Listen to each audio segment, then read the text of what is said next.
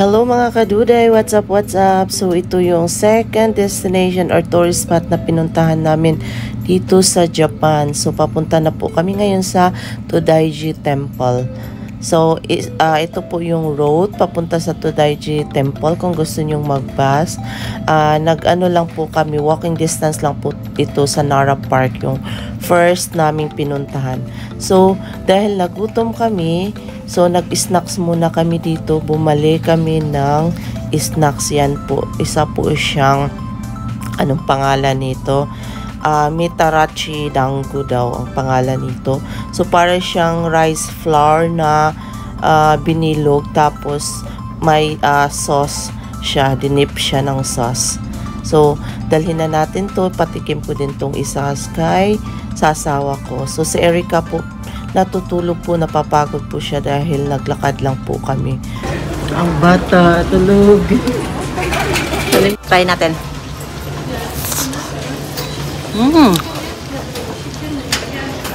Parang malagkit. Kalimutan ko yung pangalan.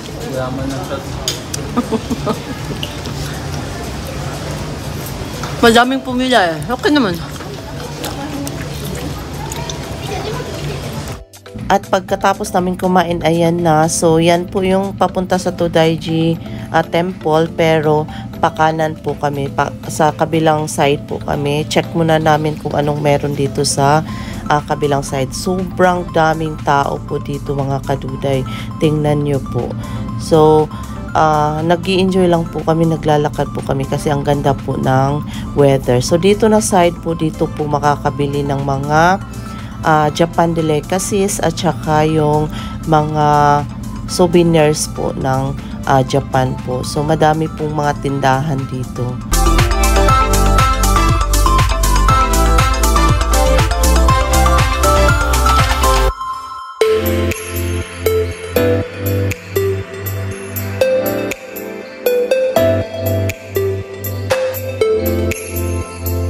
Sa opposite side naman ng mga tindahan, so yan po ang makikita mo, may mga madadaming deer pa din dito na side po. So tingnan mo yung mga tao, lalo na yung mga bata, nag-i-enjoy pa din po silang mag-feeding sa mga usa. So sobrang dami talaga yung tao.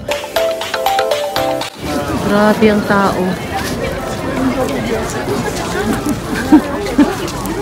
The lazy girl.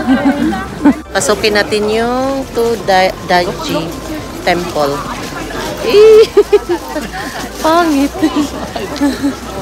Ang buong akala namin mga kaduday, ito na po talaga yung main na nasa loob ng Todaiji Temple. Hindi pa pala siya, parang first gate pa lang siya. Tapos sa may kaliwa po, yan po yung Todaiji Museum. Tapos sa may kanan, meron din pong parang small park. Look at the deer.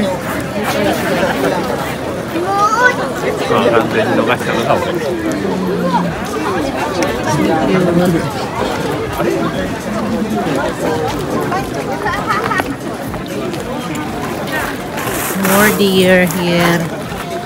More deer.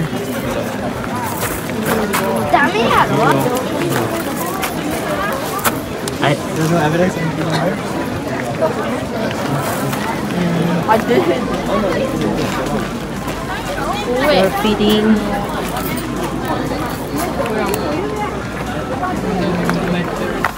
Hello dear.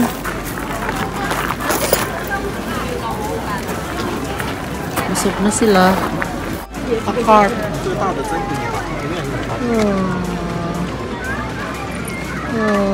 No, that's a big one.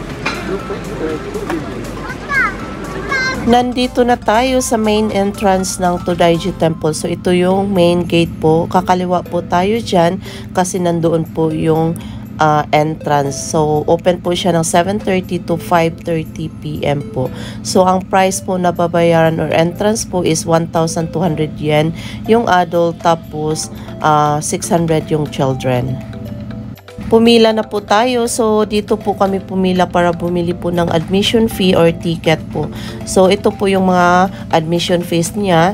1,200 for adult po. Pero dalawang entrance na po siya.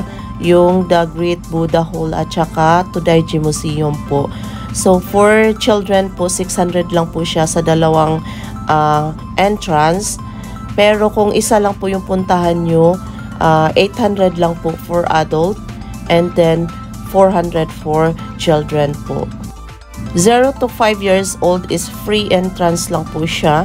Tapos 6 to 12 years old is yun yung 600 yen po. So pasok pa po si Erica sa 600 yen or sa children kasi 11 years old pa lang po siya. So kalahati lang po yung nabayaran namin sa dalawang entrance po. Sobrang kinikilig talaga ako tuwing nakikita ko yung cherry blossom. Sobrang ganda talaga niya mga kaduday.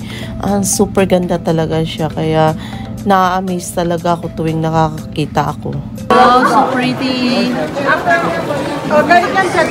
Raji Temple. Siyempre, hindi na natin patagalin pa. Tara, pasukin na natin.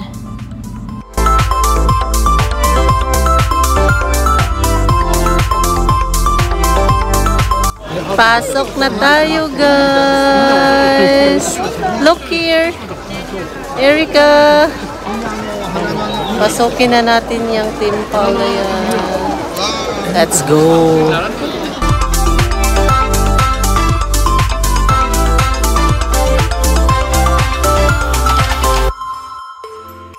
Ito na po yung loob ng Great Buddha Hall. So please enjoy watching mga kaduday.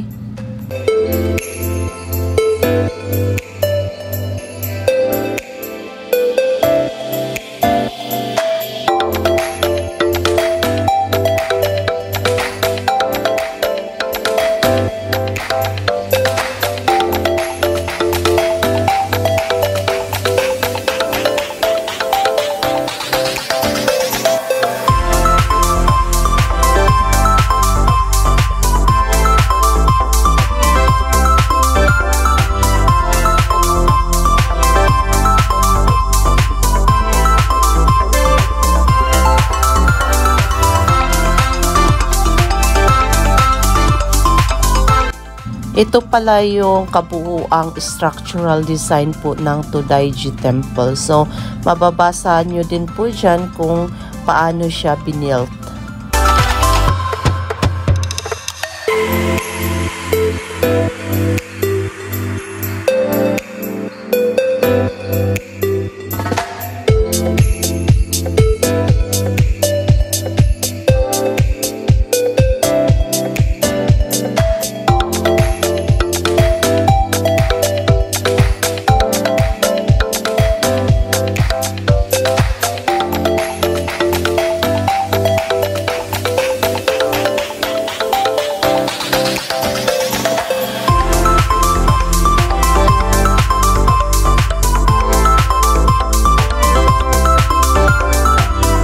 Yan, nag-i-enjoy lang po yung mga bata. Parang naglaro siya. May queue din dyan, kahit ganyan lang. Sululusot yung bata din sa kabila. Yan, lumusot siya. Yan, queue. Mahaba yung queue doon. なんかめっちゃ音聞こえた。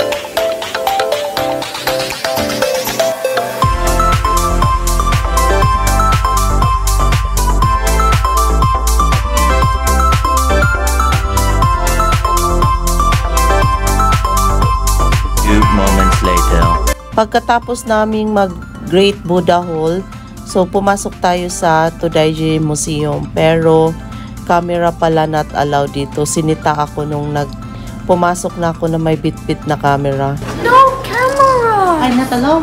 Sorry. Ito po yung labas ng Todaiji museum. So, located po to siya sa labas ng Buddha Hall po siya. So, ang nauna kasi naming napuntahan is yung Buddha Hall. So, before ka pala papasok or sa may entrance ng Buddha Hall, dyan lang din pala yung museum. Pero kasi hindi namin alam, so inuna namin yung hall.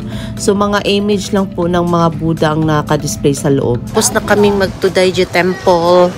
Nagutom na kami, maghanap kami ng restaurant na makakainan. So we're almost leaving. Few moments later. Hindi na pala kami kumain sa labas kasi naisipan namin na may free complimentary snacks and drinks pala sa hotel na pinag-check-in na namin. So, umuwi na lang kami diretso from Nara Station or from Nara Park kung saan kami doon. Tapos, umuwi kami diretso sa hotel na pinag-stayhan namin para ma-enjoy naman namin yung free snacks and drinks tuwing for happy hour. Parang 4 p.m. to 9 p.m. lang ata siya. So, ito yung restaurant, Sakura Dining. Yan po yung mga drinks. Alcohol and non-alcoholic po yung free drinks niya. Yan, medyo natatakpan ko yung camera ng ko, hindi ko napansin, may itim. Natatakpan pala ng power bank. So, masasarap din yung mga snacks nila. Pina lang ako. Which juice? Orange? Grapefruit? Or apple?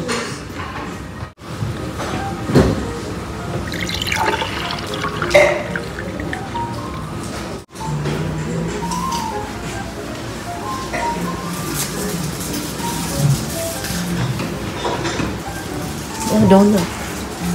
May donut ba? Candy.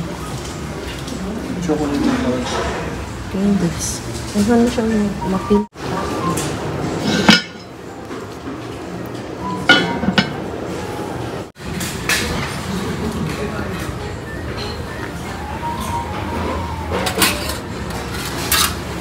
Huli ka, daddy. Ano yan?